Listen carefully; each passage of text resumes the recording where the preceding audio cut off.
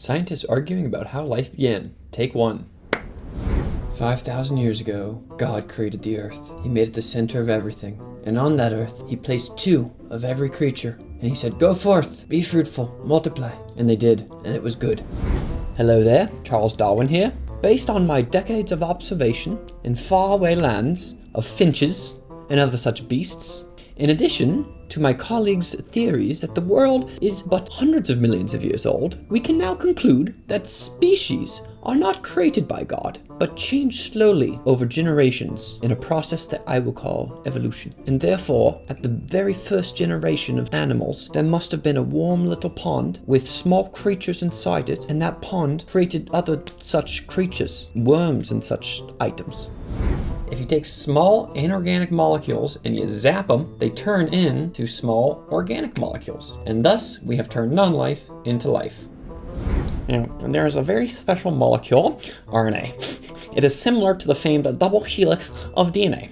However, it forms just a single helix, and this helix can fold up and it can do work in a protein-like fashion. This solves the so-called chicken and egg problem, wherein the DNA has the information but cannot do biochemical work, where the proteins have no information but can do the work. RNA does both. We propose a world in which RNAs were competing with each other for the flows of energy in early life. Yo, what's up, y'all? This is Reese coming at you from 2025. And these days, the way we think about the origin of life is from a systems chemistry or systems biology lens.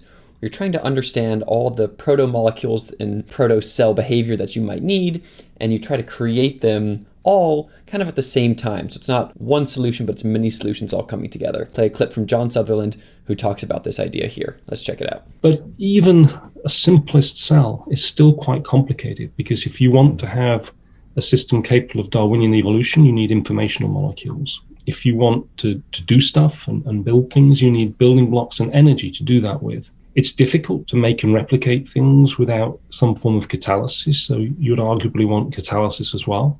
And finally, there's not much point in genetics or metabolism without compartments. And so you really need these 4, if you like, subsystems to get the whole system to work in a minimal cell. And this has created big problems for the chemists, because trying to imagine how a whole system like that could assemble abiotically places huge demands on hypothetical prebiotic chemistry. When you start to think about it, you think surely different chemistries are needed to make the various subsystems, and surely these different chemistries would interfere with each other. So 30, 40, 50 years ago, pretty much everyone in the field thought it was going to be impossible to get everything in one go. So they all decided that maybe something came first and gave rise to the other subsystems. And that was, everyone agreed that something had to come first at the time, they agreed.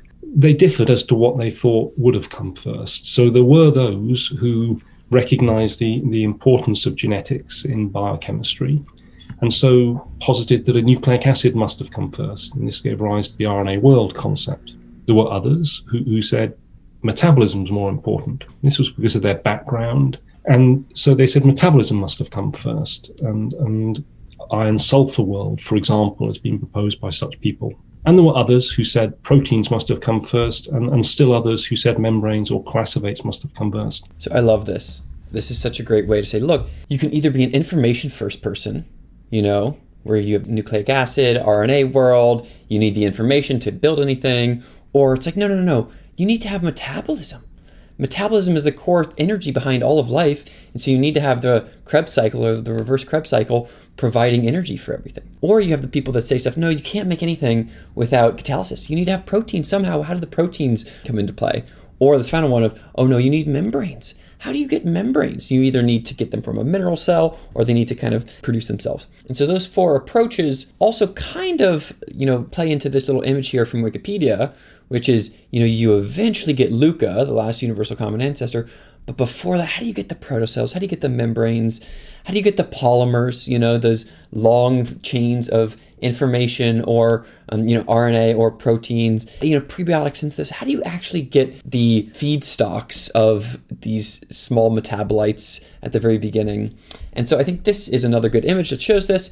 And then the final third thing I'd say here is The other lens that people are really applying to the origin of life these days is what I'd call an information theoretic lens, which is something like assembly theory or the theory of increasing functional information, where you start to look at a system from a very kind of information-first lens, and you say, how is complexity constructed at the start of life, and how might we find kind of these prebiotic, easy ways to construct that information. Thanks for listening, and I hope this gives you a little bit of a take on scientists arguing from those 4 different corners of how life may have started.